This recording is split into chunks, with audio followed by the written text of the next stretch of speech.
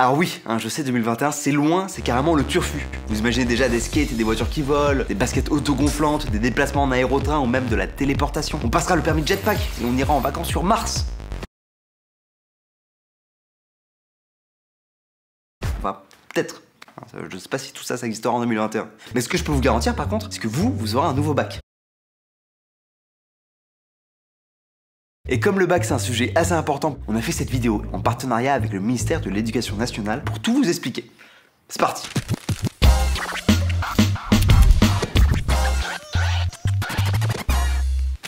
Cette réforme du bac et de la scolarité au lycée cherche à la fois à simplifier l'examen qui était devenu trop lourd avec beaucoup d'épreuves en peu de temps,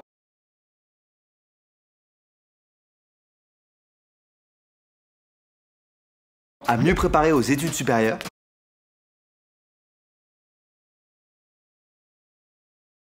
à prendre en compte le travail des élèves sur toute l'année et non plus seulement en fin d'année,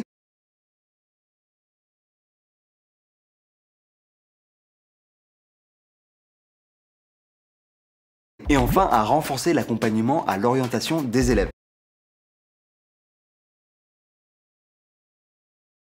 Alors nous, notre objectif, c'est pas de prédire si ça va marcher ou pas, ou même de dire si cette réforme elle est bonne ou mauvaise, mais c'est de vous expliquer ce qui va changer concrètement pour vous. Alors si les élèves sont en terminale en 2021, en quelle classe ils sont en 2018 ? Ça va, je crois que je peux répondre à celle-là. Si vous êtes en seconde en filière générale et technologique, vous êtes les premiers concernés. Sauf bien sûr si vous redoublez ou sautez une classe entre-temps. Donc à part ces cas-là, si vous êtes en seconde en septembre, vous êtes des pionniers.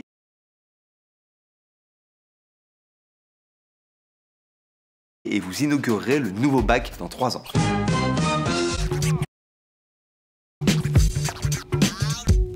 Alors déjà pour commencer, regardons ce qui ne change pas par rapport au bac actuel. Ce qui ne change pas. Pour avoir le bac, il faut une moyenne générale de 10 sur 20. Il n'y a pas de note éliminatoire. Le fonctionnement des compensations et des mentions est maintenu. Il y a toujours un oral de rattrapage. Si votre copie est égarée, vous n'aurez pas votre bac d'office comme on l'entend parfois. Ah bon.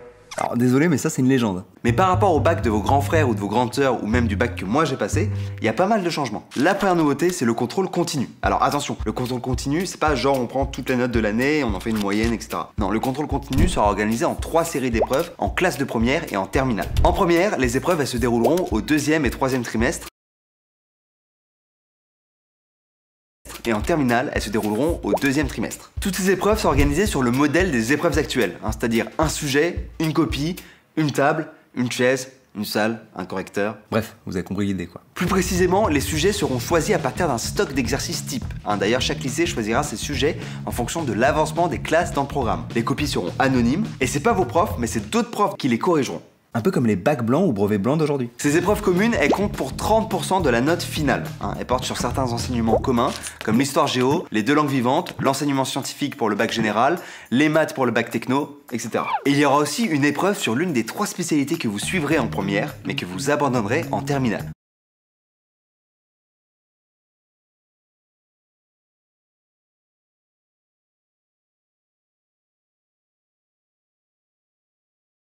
On vous en dit plus sur les enseignements de spécialité dans cette vidéo. Alors on me dit dans l'oreillette qu'il y a quand même 10% de la note finale qui dépend du bulletin scolaire. Ça, c'est pour vous garder motivé quand même. Alors c'est pas vrai, j'ai pas d'oreillette.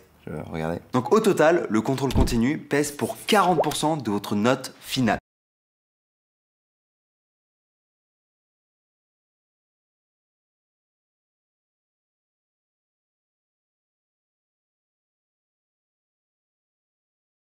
Alors si le contrôle continu compte pour 40% de la note, combien pèse l'épreuve finale ?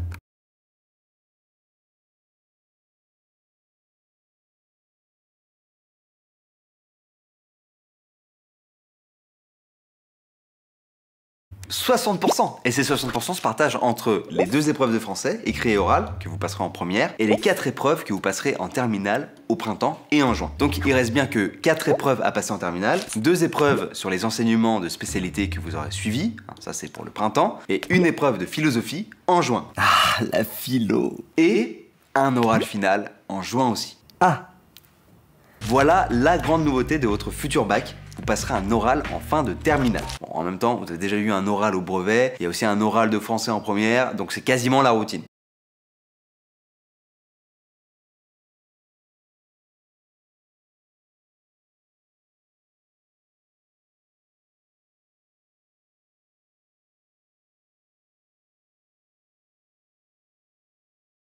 On ne panique pas! L'oral durera 20 minutes et comprendra votre exposé et un échange avec le jury. Alors, ce qui peut vous rassurer, c'est que dans cet oral, il y aura la présentation d'un projet préparé en première et terminale avec vos profs en lien avec vos enseignements de spécialité. Donc normalement, pas de mauvaise surprise.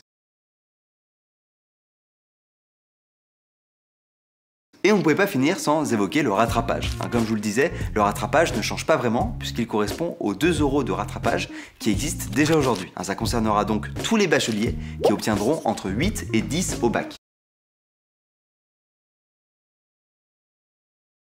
Maintenant qu'on a fait le tour, il est temps de répondre à la question que tout le monde se pose. Est-ce qu'avec le nouveau bac, les cours termineront plus tôt? Ah si, vous êtes forcément posé cette question, non? Et la réponse est... non, voilà, dommage. Les cours termineront fin juin, comme c'est le cas aujourd'hui.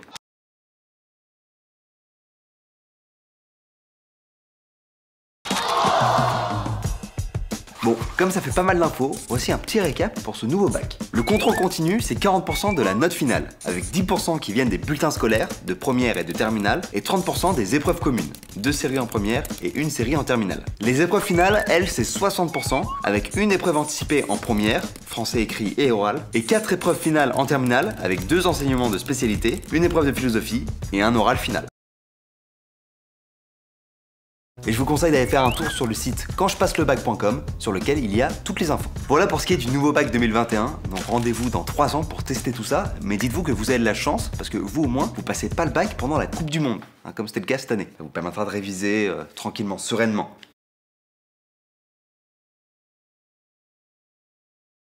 Voilà.